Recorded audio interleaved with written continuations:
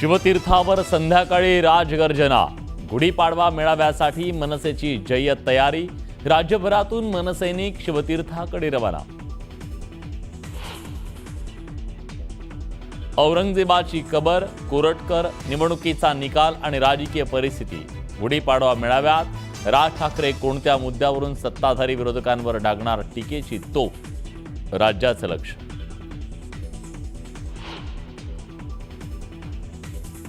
हे लोक मला जीवे मारणार, लवकरच पोलिसांना कळव। अपहरणावेळी संतोष देशमुखांकडून मदतीची हाक, चालकाच्या जबाबातून नवी माहिती समोर। चिल्लर कोरटकरची अलिशान मर्सिडीज कार जप्त, फरार होताना नागपूरहून चंद्रपूरला मर्सिडीजनं गेला होता कोरटकर। न्यूज 18 लोकमतच्या बातमीनंतर पोलिसांची मोठी कारवाई। शेतकऱ्यांच्या कर्जमाफी देऊ शकत नसाल तर अजित पवारांनी राजीनामा द्यावा, कर्जमाफी मिळेपर्यंत शिंदेनी देवगिरी बाहेर आंदोलन करावं, संजय राऊतांचा खोचक टोला। साई भक्तांना मिळणार 5 लाखापर्यंतचं विमा संरक्षण, गुढीपाडव्याच्या दिवशी साई संस्थांची मोठी घोषणा। पंतप्रधान मोदींचा नागपूर दौरा, रेशीमबागेत हेडगेवारांच्या स्मृतींना अभिवादन केल्यानंतर दीक्षाभूमीला भेट, डॉक्टर बाबासाहेब आंबेडकरांना केलं अभिवादन।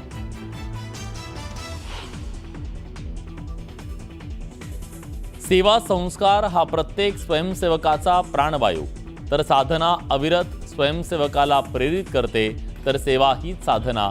नागपुरात पंतप्रधान मोदींकडून संघाच्या कार्याचं कौतुक। राज्यात मराठी नववर्षाचा उत्साह, गुढीपाडव्यानिमित्तानं ठिकठिकाणी शोभायात्रा, ढोल ताशांच्या गजरात तरुणाईचा जल्लोष। 3.5 मुहूर्तांपैकी एक असलेल्या गुढीपाडव्यानिमित्तानं सोनं खरेदीसाठी गर्दी, सोन्याचे दर 92,000वर, चांदीचा भाव प्रति किलो 1 लाखावर।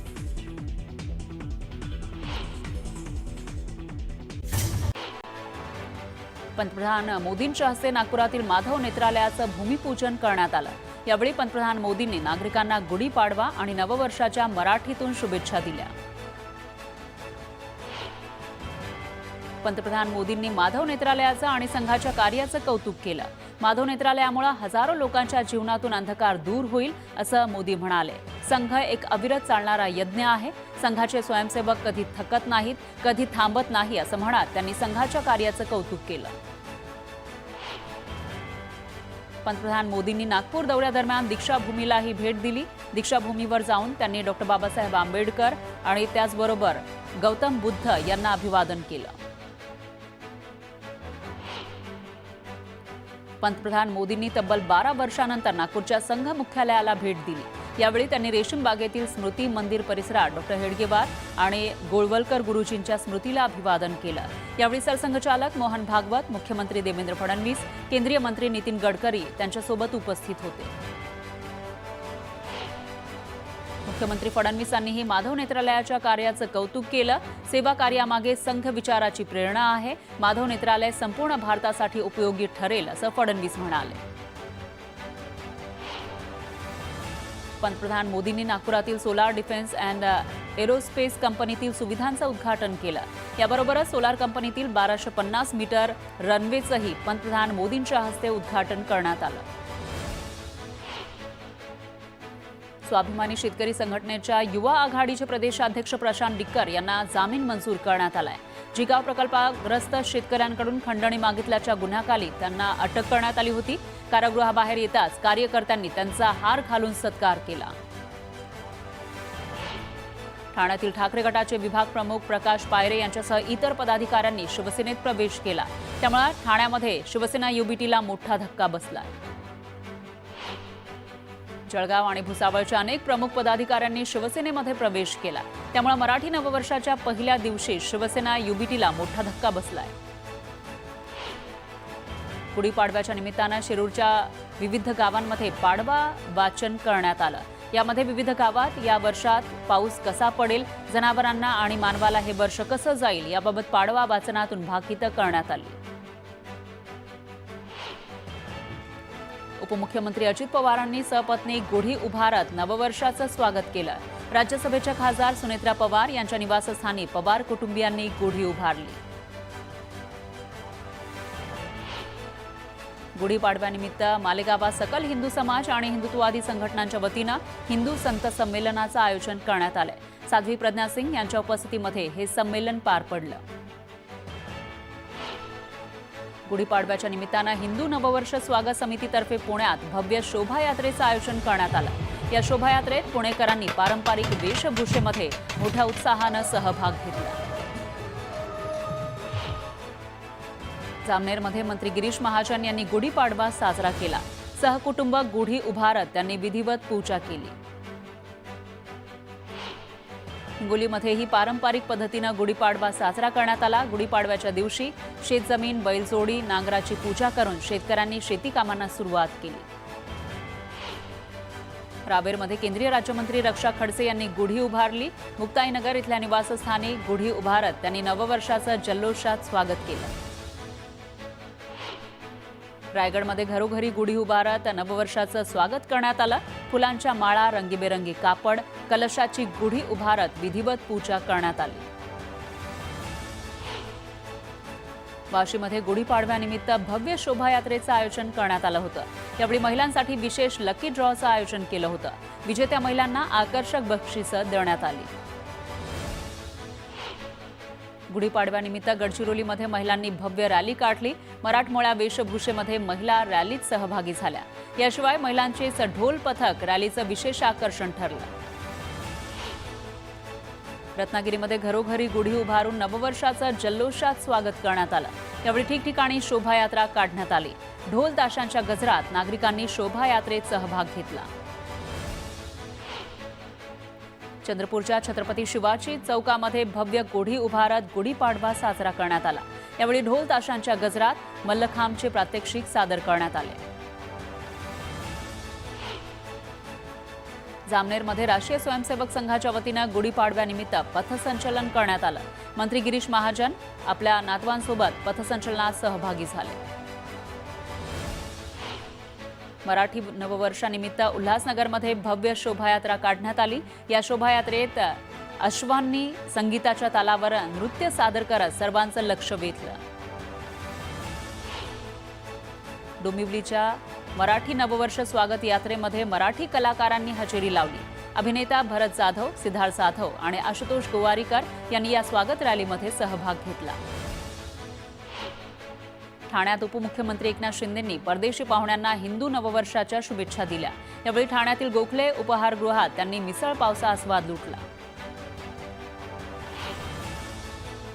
मराठी नववर्षाच्या पहिल्या दिवशी साई दर्शन घेण्यासाठी हजारो भक्तांनी शिर्डीत गर्दी केली. गुढीपाडव्यानिमित्त साई मंदिराला आकर्षक फुलांनी सजवण्यात आलं. जळगावात गुढीपाडव्यानिमित्त राष्ट्रीय स्वयंसेवक संघातर्फे पथसंचलन करण्यात आलं. नागरिकांकडून ठिकठिकाणी पथसंचलनाचं स्वागत करण्यात आलं. मुंबईच्या गिरगावात गुढीपाडव्याचा उत्साह पाहायला मिळाला, तर ढोल ताशांच्या गजरात भव्य मिरवणूक काढण्यात आली.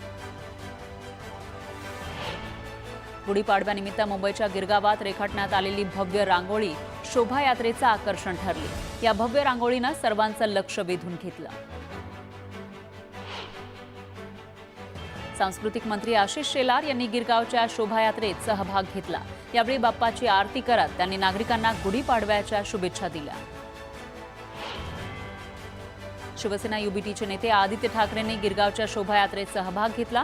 यावेळी त्यांनी नागरिकांशी संवाद साधत त्यांना गुढीपाडव्याच्या शुभेच्छा दिल्या. मुंबईच्या डोंबिवलीमध्ये गुढीपाडव्यानिमित्त पारंपरिक पद्धतीनं शोभायात्रा काढण्यात आली. खासदार श्रीकांत शिंदे यांच्यासह नागरिकांनी मोठ्या संख्येनं शोभायात्रेत सहभाग घेतला. ठाण्यात श्री कोपिनेश्वर सांस्कृतिक न्यासातर्फे गुढीपाडवा शोभायात्रेचं आयोजन करण्यात आलं. सायकल रॅली, बाईक रॅली आणि 35 चित्ररथांसह मिरवणूक काढण्यात आली. ठाण्यातील गुढीपाडवा शोभायात्रेत लाठीकाठीचा आणि तलवारीचा खेळ सादर करण्यात आला. याशिवाय झांज पथक आणि मल्लखांबच्या प्रात्यक्षिकांनी उपस्थितांचं लक्ष वेधलं. उपमुख्यमंत्री एकनाथ शिंदेंनी ठाण्याच्या शोभायात्रेत सहभाग घेतला। यावेळी त्यांनी नागरिकांना गुढीपाडव्याच्या शुभेच्छा देत आनंद साजरा केला। नागपूरकरांनीही जल्लोषात नववर्षाचं स्वागत केलं। 8 रस्ता चौकात पारंपरिक पद्धतीनं ढोल ताशाच्या गजरात शोभायात्रा काढण्यात आली। या शोभायात्रेमध्ये तरुणांनी मोठ्या संख्येनं सहभाग घेतला। गुढीपाडव्यानिमित्त सांगलीमध्ये सूर पहाटेचे या संगीत मैफलीचं आयोजन करण्यात आलं। या कार्यक्रमाला सांगलीकरांनी मोठ्या संख्येनं हजेरी लावली। सोलापूरच्या बालभारती विद्यालयात गुढीपाडवा उत्साहात साजरा करण्यात आला। विद्यार्थ्यांनी शिक्षणाची ज्ञानगुढी उभारत नववर्षाच्या शुभेच्छा दिल्या। सिंधुदुर्गात झालेल्या अवकाळी पावसामुळे आंबा आणि काजू पिकांचं मोठं नुकसान झालंय। काढणीला आलेला आंबा गळून पडला, त्यामुळे शेतकरी हवालदिल झालाय।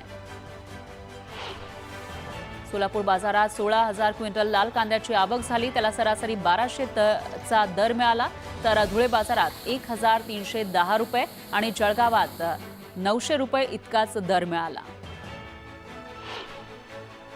पुन्हा एकदा हरभऱ्यावर 1 एप्रिलपासून आयात शुल्क आकारलं जाणार आहे। अर्थ मंत्रालयाच्या महसूल विभागानं याबाबत अधिसूचना जारी केली आहे। यावर्षी हरभरा उत्पादन जास्त होण्याची अपेक्षा असताना आता सरकारनं 10% आयात शुल्क आकारण्याचा निर्णय घेतलाय। पंढरपूर कृषी उत्पन्न बाजार समितीमध्ये बेदाणा शेतमालाची 701 रुपये प्रति किलो या उच्चांकी दरानं विक्री झाली। बेदाण्याला 50 ते 701 रुपये आणि सरासरी 250 रुपये प्रति किलोचा दर मिळाला। राज्यातील बाजार समित्यांमध्ये 10 क्विंटल 620 किलो गव्हाची आवक झालेली आहे, तर गव्हाला सर्वसाधारण दर हा 2,832 रुपये प्रति क्विंटल इतका मिळाला। यंदा वातावरणातील बदलांमुळे आंबा उत्पादन कमी प्रमाणावर झालं आहे। नेहमीच्या तुलनेत बाजारात आंब्याची आवक 30% घटली, त्यामुळे दरात वाढ झाली आहे। 1 डझन हापूस आंब्याला 900 ते 1,500 रुपयांपर्यंत दर मिळतोय। राज्यात पुढील 5 दिवसांमध्ये पावसाची शक्यता वर्तवण्यात आली आहे। याशिवाय सोमवारपासून विदर्भातील काही जिल्ह्यांमध्ये गारपिटीचीही शक्यता वर्तवण्यात आली आहे। वीज आयोगाकडून 10% वीज दर कपात मंजूर करण्यात आली आहे। यामुळे राज्यातील घरगुती आणि औद्योगिक वापरकर्त्यांना मोठा दिलासा मिळाला। भारतातील रस्ते सुरक्षा बळकट करण्याच्या उद्देशानं केंद्रीय रस्ते वाहतूक आणि महामार्ग मंत्री नितीन गडकरी यांनी प्रत्येक दुचाकीस्वाराला 2 ISI प्रमाणित हेल्मेट देणं बंधनकारक केलंय। नवी दिल्ली इथं झालेल्या ऑटो समिटमध्ये हा महत्त्वाचा निर्णय त्यांनी जाहीर केलाय। पुलुंड पश्चिममध्ये 1800 मिलीमीटर व्यासाच्या जलवाहिनीला गळती लागली। जलवाहिनी दुरुस्तीचं काम युद्ध पातळीवर सुरू होतं। दरम्यान नागरिकांनी पाणी जपून वापरावं असं आवाहन यानंतर करण्यात आलं। पुण्यात पाणी पुरवठ्याचा प्रश्न गंभीर बनलेला आहे। शहरातील अनेक भागातील पाणी पुरवठा विस्कळीत झालाय। वडगाव शेरी, खराडी, शिवणे, बारचे या भागातील पाणी पुरवठा विस्कळीत झाला। पुण्यात अवैधरित्या सुरू असलेल्या हुक्का पार्लरवर पोलिसांनी कारवाई केली। या प्रकरणी 3 आरोपींवर गुन्हा दाखल करण्यात आला। पुणे विभागाला 40 नव्या एसटी बसेस मिळालेल्या आहेत। स्वारगेट, शिवाजीनगर, इंदापूर आणि बारामती या 4 विभागासाठी प्रत्येकी 10 एसटी बसेस देण्यात आल्या। टाटा पॉवरनं मुंबईत वीज दरात कपात केलेली आहे। शहराच्या उपनगरीय भागामध्ये टाटा पॉवरचे 100 ते 300 श्रेणीतील दर कमी करण्यात आले। निवासी ग्राहकांना याचा मोठा लाभ होणार आहे। रमजान ईद निमित्त बेस्ट उपक्रमातर्फे 128 जादा बसगाड्या चालवण्याचा निर्णय घेण्यात आलाय।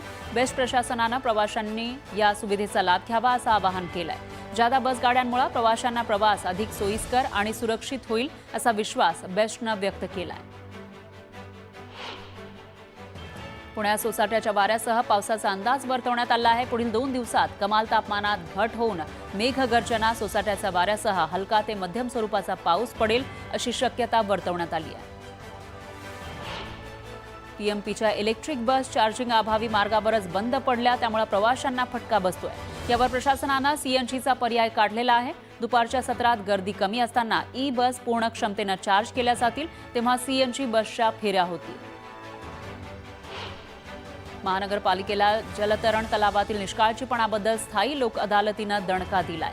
6 वर्षांच्या मुलाचा जलतरण तलावात बुडून मृत्यू झाला होता. त्यामुळे महानगरपालिकेसह ठेकेदार, सुरक्षा रक्षक यांना स्थायी लोक अदालतीनं तक्रारदारांना 5,25,000 रुपये 6% व्याजदरात तक्रार दाखल झाल्यापासून देण्याचे आणि तक्रारदारांना झालेल्या मानसिक शारीरिक त्रासापोटी 1 लाख रुपये अतिरिक्त देण्याचे आदेश दिले. स्वाभिमानी शेतकरी संघटनेनं जिल्हाधिकारी कार्यालयासमोर काळी गुढी उभारलेली आहे. काळी गुढी उभारत अजित पवारांनी शेतकरी कर्जमाफी संदर्भात केलेल्या वक्तव्याचा निषेध करण्यात आला. वाशिममध्ये पालिकेकडून 6 ते 9 दिवसाआड पाणी पुरवठा केला जातोय. दरम्यान पाणी टंचाईच्या पार्श्वभूमीवर खासगी टँकरच्या दरात मोठी वाढ झाली आहे. 700 ते 800 रुपयांना मिळणारा टँकर आता 1,000 ते 1,500 रुपयांना खरेदी करण्याची वेळ नागरिकांवर आली आहे. बीडच्या माजलगाव जिजाऊ रथयात्रेचं जोरदार स्वागत करण्यात आलं. आमदार प्रकाश सोळंके यांनी यावेळी रथयात्रेत सहभाग घेतला. गुढीपाडव्याच्या दिवशी सोने चांदीच्या खरेदीची उलाढाल 5,000 कोटींच्या पुढे जाण्याचा अंदाज आहे. गेल्या 10 ते 12 दिवसांपासून सोने चांदीचे भाव वाढत असले तरी सराफा बाजारात खरेदीचा उत्साह कायम आहे. गुढीपाडव्याच्या शुभ मुहूर्तावर जळगावमध्ये सोनं खरेदीसाठी ग्राहकांनी मोठी गर्दी केली. सोन्याचे दर 92,000च्या पलीकडे गेले असले तरी बाजारपेठेत सोनं खरेदीचा उत्साह दिसून आला. सांगलीमध्ये स्वाभिमानी शेतकरी संघटनेनं काळी गुढी उभारत राज्य सरकारचा निषेध नोंदवला. शेतकऱ्यांची कर्जमाफी नाकारल्याचा आरोप करत स्वाभिमानीकडून निषेध करण्यात आला. लातूरच्या जिल्हाधिकारी कार्यालयामध्ये शांतता समितीची बैठक घेण्यात आली. आगामी सण उत्सवाच्या काळात शांतता राखण्याचं आवाहन करण्यात आलं. अहिल्यानगरच्या कर्जतमध्ये आयोजित महाराष्ट्र केसरी कुस्ती स्पर्धेचा समारोप शरद पवारांच्या उपस्थितीत होणार आहे. या स्पर्धेत तब्बल 800 पैलवानांनी सहभाग घेतलाय. त्यामुळे या स्पर्धेचा विजेता कोण होणार याकडे सर्वांचं लक्ष लागलंय. चंद्रपुरात 3 एप्रिलपासून देवी महाकाली यात्रेला सुरुवात होणार आहे. यात्रेसाठी राज्य सरकारकडून 3 कोटी रुपये देण्यात आले. दरम्यान आमदार सुधीर मुनगंटीवार यांनी या व्यवस्थेची पाहणी करत आढावा घेतला. पालघरमध्ये पुढील 3 दिवस अवकाळी पावसाची शक्यता आहे. कोसबाड कृषी हवामान केंद्रानं पावसाचा अंदाज वर्तवलाय. त्यामुळे शेतकऱ्यांमध्ये चिंतेचं वातावरण आहे. रमजान ईद निमित्त परभणीमध्ये बाजारपेठ सजलेली आहे. खरेदीसाठी मुस्लिम बांधवांनी बाजारपेठेत मोठी गर्दी केली. सोलापुरात कष्टकरी कामगारांसाठी महत्त्वाचा असणारा गृहप्रकल्प अंतिम टप्प्यात आलाय. सोलापूर जवळील दहिटाणे इथं राष्ट्र तेज अटल कामगार गृहनिर्मिती संस्थेकडून 5,000 घरांचा घरकुल प्रकल्प बांधला जातोय. लवकरच मुख्यमंत्र्यांच्या हस्ते या प्रकल्पाचं लोकार्पण होणार आहे. सोलापुरात उन्हाचा तडाखा वाढलेला आहे. तापमानाचा पारा 41.4 अंशांवर गेला. दरम्यान एप्रिलच्या पहिल्या आठवड्यातच तापमान 42 अंशांवर जाण्याची शक्यता आहे. छत्रपती संभाजी महाराजांच्या बलिदान दिनानिमित्त मालेगावात मशाल मूक पदयात्रा काढण्यात आली. या यात्रेमध्ये तरुणांनी मोठ्या संख्येनं सहभाग घेतला. रमजान ईद आणि गुढीपाडव्याच्या पार्श्वभूमीवर सांगलीमध्ये पोलीस दलाकडून संचलन करण्यात आलं. नागरिकांना शांतता आणि सुव्यवस्था राखण्याचं आवाहन करण्यात आलं. छत्रपती संभाजी महाराजांच्या बलिदान दिनानिमित्त शिवप्रतिष्ठान हिंदुस्थानच्या वतीनं भुसावळमध्ये मूक पदयात्रा काढण्यात आली. नागरिकांनी मोठ्या संख्येनं या पदयात्रेमध्ये सहभाग घेत महाराजांना अभिवादन केलं. येवला नांदगाव मार्गावर पोलिसांनी सापळा रचून 39 लाख रुपये किमतीचा गुटखा जप्त केला. या प्रकरणी एका आरोपीला अटक करण्यात आली आहे. घरफोडी करणाऱ्या उत्तर प्रदेशातील आरोपीला सोलापूर गुन्हे शाखेनं अटक केली आहे. हा आरोपी घरफोडी करण्यासाठी विमानानं प्रवास करत महाराष्ट्रात यायचा. त्याच्यावर राज्यभरात 35 गुन्हे दाखल आहेत. बारामतीच्या विमानतळ रस्त्यावर कारचा भीषण अपघात झाला. या अपघातात कारमधील 3 जण गंभीर जखमी झाले.